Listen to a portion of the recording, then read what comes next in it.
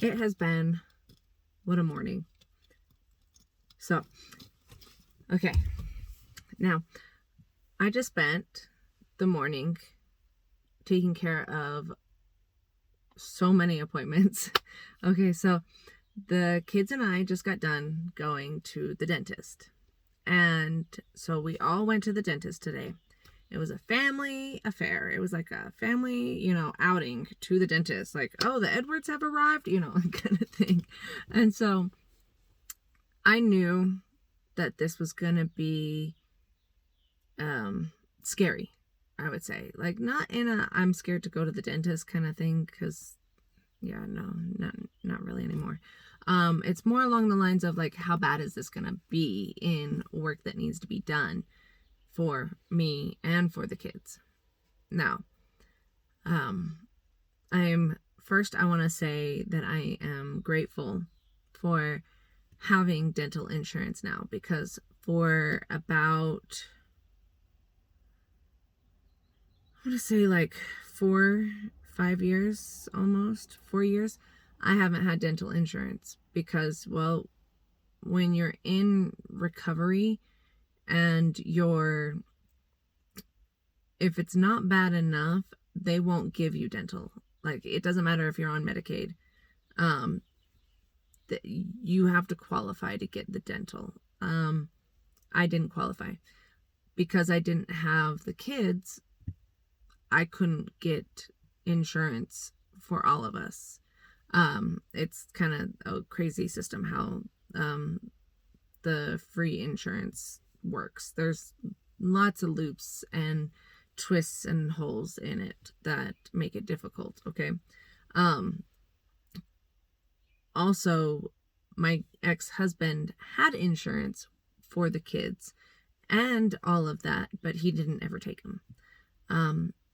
I wasn't able to because I was still in survival mode, still trying to survive. So he didn't take them. I couldn't take them. There was a lot of guilt that was racked up over the years for that, because I felt like I was not a good parent because I was not taking care of my kids for a very long time. But as they teach you in recovery, you have to put the face mask on first. You have to save yourself first before you can save anybody. And that's also due in part to, like, why I have not been able to have my own business yet or be able to do a whole lot, because I was still trying to save myself. I was still working on me enough to the point of where I could actually be able to be secure enough to be able to help other people, like solid and stable enough to be able to help other people. So there's that. But so with the whole recovery and everything like that, I didn't have dental insurance at all. And so I did have to get some things done, but they were so expensive, and to pay cash or card, or, rack up one credit card just for some, root canal or half a root canal. Yes, I have had one of those. Still do.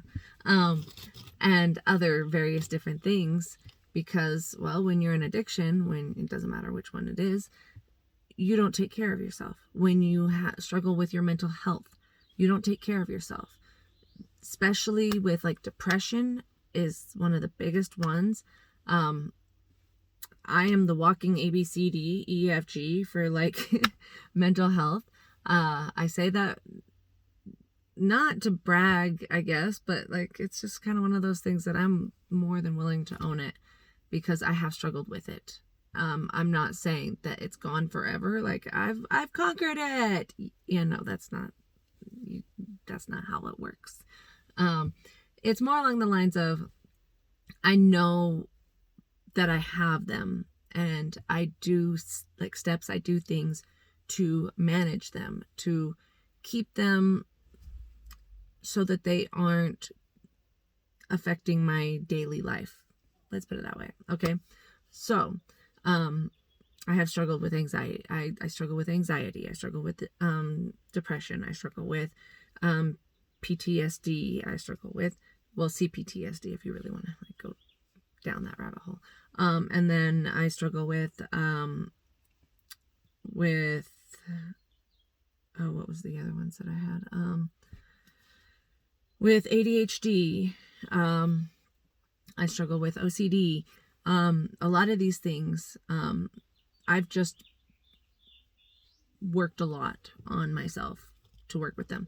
So like when I say like mental health, I know that it is a hard thing to work on yourself, to really like put yourself first when you struggle with your mental health. So it's one of those things that when you are depressed, it's hard enough to just get up and get out of bed in the morning. Like it takes all of your energy to get out of the freaking bed and go to work. I get that. I've been there. I know that feeling. And so when you can barely even do that, brushing your teeth is like a hard feat. And if it's something that it's a habit that hasn't been ingrained in you as a small child, it's not an easy task. When you get stuck in addiction, brushing your teeth is not exactly the number one thing that you're thinking about, right? I mean, you're kind of more concerned about making sure that you don't get sick, period. And for those that haven't struggled with addiction, sick can be so many different things. Like if you struggle with alcohol dependence and heroin and other drugs that, you know, if you don't take it, you get violently ill if you don't, which is a really hard thing to do, you know, because that's the last thing on your mind. So when I say that I understand, I do. And so it's one of those things that teeth are not high on your priority list at all.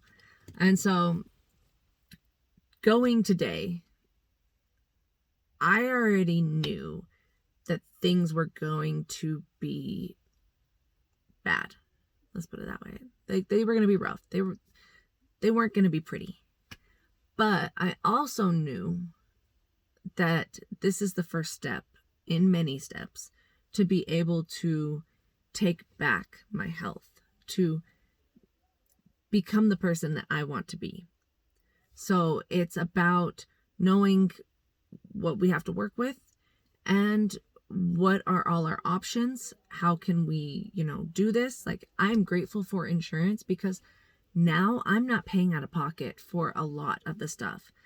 The fact that a lot of my insurance is going to cover a good portion of it, not all of it, because insurance they're finicky too. You know, they like to argue and not pay the full amount, or they like to, you know, oh, but we'll pay for this, but the cheapest version possible. You know, that's how they work. So, you know, I'm not glorifying insurance, just grateful for the extra help. That's it. But I'm grateful for the fact that this is going to help alleviate some of the costs that I'm going to have to pay out of pocket, especially for me, because I know mine, but also for my kids, because when we went to the dentist, found out, you know, like where all of us were sitting at for what we need to get done. And, you know, yeah, it felt a little overwhelming at first, but it was kind of like, yeah, but I don't need to make any decisions right now about anything except for what to do next, which is perfectly fine because like there's a lot that's coming at me for that. Then there's the fact that 2 of my children need their wisdom teeth removed. Okay, so we go over, because very conveniently, thank you, Kim, I love you for referring me to the dentist. I like this dentist because, well, they're right next to the another place that does like wisdom teeth removal and stuff like that, cosmetic surgery. And so I'm like, oh, okay, this is nice because they're right close by. And also because of the fact that I love that this dentist will charge you $125 if you miss an appointment or are late to an appointment, which I appreciate because my ADHD self can be pretty freaking late to a lot of things. And so I'm working on that one. That one's one that I'm fixing my time management as well. So that helps me. And then on top of that, back to getting the wisdom teeth out. 2 of them got to get their wisdom teeth out. So I'm okay with that. I don't mind that. I knew it was coming. I knew it was going to have to happen, but let's go ahead and get those scheduled in. Okay. And then on top of that, I get a phone call from the doctor, the ENTs, and she was talking about how one of my kids need to be seen for tonsil stones. And so we're scheduling that appointment. And then I have my oldest daughter, who is now, we're thinking that she has sleep apnea. So we're getting scheduled appointments for that. So I am, filling up all of my time, all my days off with scheduled appointments, which I don't mind at all. I really love, I could look at this 2 different ways. There's 2 different ways that I could view this whole situation. There's probably more, but these are the only 2 that are coming to mind right now. The first one is this is such a pain. My day's off and I have no time to actually work on other things. I'm so busy having to do appointments and all of this other stuff. That's one way. The second way, the way that I'm choosing to look at it, is that I am so grateful that I have all of these days off so that I can schedule my kids' appointments, so that they're, yes, they're cutting into school a little bit. Not a big fan of that, but at the same time, it is what it is. I trust my kids to be able to keep their grades up, and my 2 oldest daughters are super good at that. They're awesome. They're A's and B's, no problems. My son, we're still working. Right now, it's the 4th term, and he is doing good so far. I am still keeping on him, and we're fixing some habits that were formed that are now going to get better. His grades will be better, and he will be better. But I digress. So it's one of those things that I know that during these times that they miss a little bit of school, but they're going to keep their grades up, and we're going to get these things taken care of. We're going to actually make sure that they are doing better, because they haven't really been to the doctor. I'm the only one that takes them to the doctor. I'm the only one that has been taking them to the doctor. And I have been, before I lived out where they lived, I would drive an hour to take them to doctor's appointments whenever I had a car. And whenever I didn't have a car, I still took the bus, which was a lot longer than an hour, and walked to take them to their doctor's appointments. That's the thing. It's one of those things that I want them to be healthy, and I want them to be at their best. And so I'm grateful. I'm so grateful that right now we are getting all of these things taken care of. We are taking care of their doctor's appointments. I have the insurance now, so it's my insurance card that I'm using so that I don't have to fight for the insurance number and, not have an insurance card and go through the battle. It's mine. It's from my work. It's from me. And I am taking them and we're getting them done. I'm not missing work. I am doing them on my days off, and I still have time to work on other things. I still have time to make content. I still have time to work on getting my business set up. I still have time to work out. I still have time to do all of these things, to drop them off at school, to go pick them up from school. I still have time. It's your choice how you look at things. I am grateful for the fact that we are now starting to get ourselves taken care of. That it is going to be a team effort in being on top of our physical health. And that we're taking steps now to, really focus on us. Going for walks. Planning to work out. Things like that. Little things that were not consistent, but now are. Brushing our teeth, that kind of thing. As sad as it sounds, like, these things are so important whenever it comes to getting back to yourself and taking care of yourself and your mental health. Honestly, like, it's also so beautiful.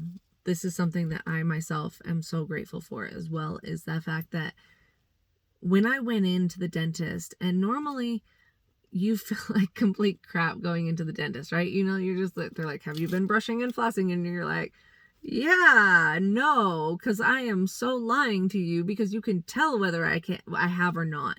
Like, you see my teeth. You're the one in there, like, digging around, and you're like, have you? And it's like, don't ask me the stupid question if you already know the answer, okay? Don't. Seriously. But, when I went in there, it was like, I wasn't ashamed of where I had been and why I hadn't been in there. And they were very kind about it and said, you know what, we understand. We are here now. Let's get this all taken care of. They were so compassionate and so understanding. And I didn't feel any guilt going in. Like, I didn't want to, like, be too loud about in details about, like, why I have, I said addictions. I didn't, like, go into further detail because, you're in an area where everybody can hear you. Like, no matter who you are, you can hear the person next to you in the dentist's office. So, but it was one of those things that, I wasn't being so loud and so, like, let me tell you my whole life story. See, no, I'm just kidding. But it was nice because I didn't feel guilty about where I am and, how I got to this point. I'm just like, okay, this is good to know. I now have the knowledge of what I can do to get myself out of this situation and to fix the situation. And they were ever so kind to be like, hey, we're here with you. We got this with you. We're going to work with you on getting you out of that situation. And, it's not something that you should feel guilty for. It's really not. I did for a long time because, when you take on other people's guilt, when you take on other people's emotions, when you allow emotions to affect you, you sometimes get just engulfed with them. They just become a part of you, but they're not yours. Those are not your emotions. I now am able to take the steps to actually be able to get to where I want to go. And yeah, it's a little overwhelming. Yeah, my anxiety kind of kicks in a little bit whenever, like, I think of all that needs to be done and how much it's going to cost. And, like, all of that stuff does, like, those things run through my head. Don't get me wrong. But the thing that stops it is, like, you know what? I don't have to make any concrete decisions right now. Let's take it one step at a time. Take a deep breath. And then, what's the first thing that needs to be done? And let's do that. And then keep moving forward. So, I know I was all over the place, and well, that's just my ADHD. So, so be it. Take it or leave it. It is what it is. So, I just wanted to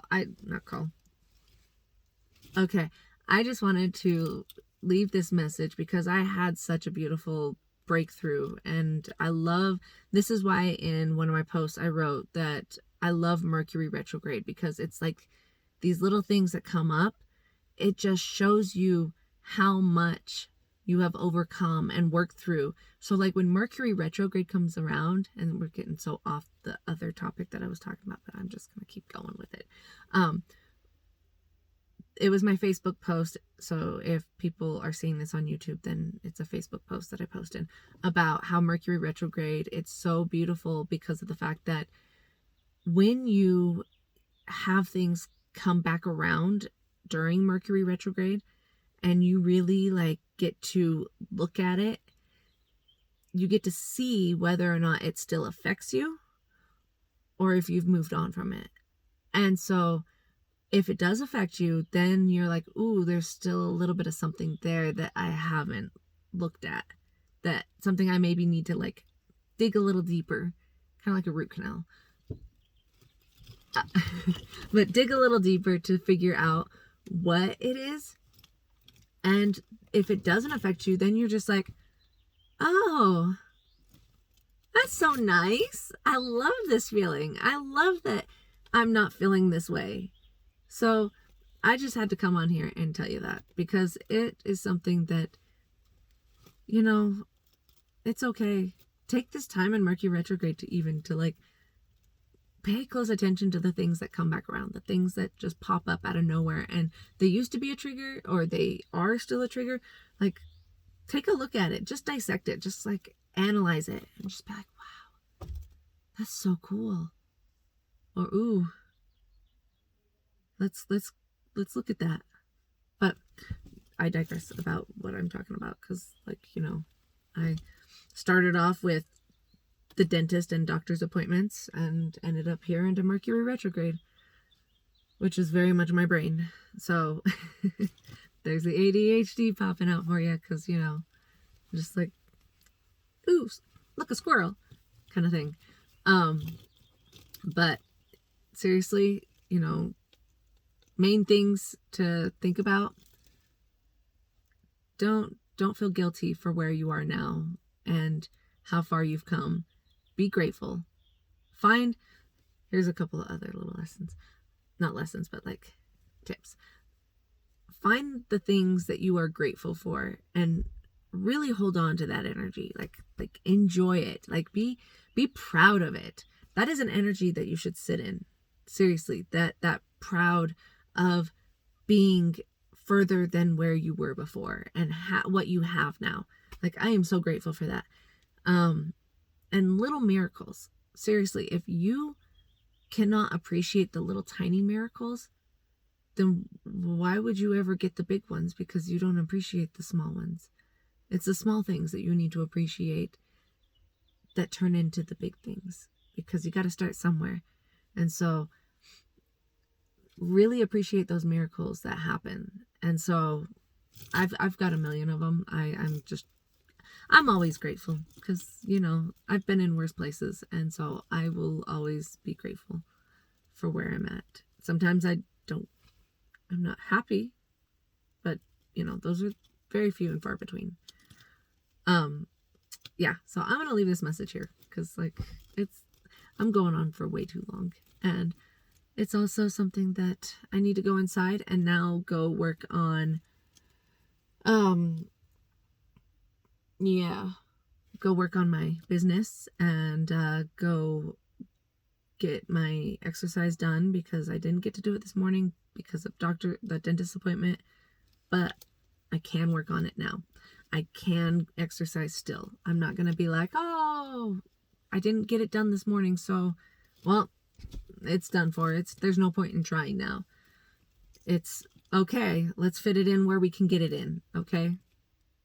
Sorry, my mind went dirty in that moment, so don't mind me.